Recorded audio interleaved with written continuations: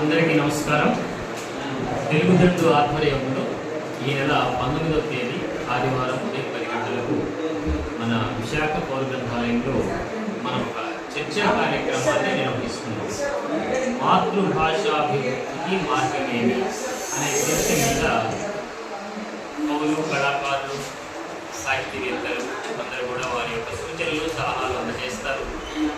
వారి యొక్క సూచనల సలహాల మేరకు తెలుగుదండు తన యొక్క కార్యాచరణ ప్రణాళికను రేపు ఆదివారం అదే వేదిక మీద భవిష్యత్ ప్రణాళికను తయారు చేస్తాం.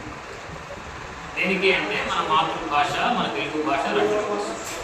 ఈ కూటమి ప్రభుత్వం ఏర్పడి 2 సంవత్సరాలు అయినప్పటికీ తెలుగుదేశం పేరు పెట్టుకొని ఎన్టీఆర్ పొగ పెట్టుకొని గెలిచినప్పటికీ వీరికి మన తెలుగు భాష అంటే ఖాతరీ లేదు. తెలుగు భాష రక్షణ గురించి తీగ కబుర్లు చెప్తున్నారే కానీ తెలుగు భాష అన్న తెలుగు భాషాభిమానులన్నా కూడా వీళ్ళకు ఖాతరీ లేదు. అందుకని రేపు ఆ చర్చ వేదిక నుండి మనం ఒక నిర్ణయం తీసుకోబోతున్నాం.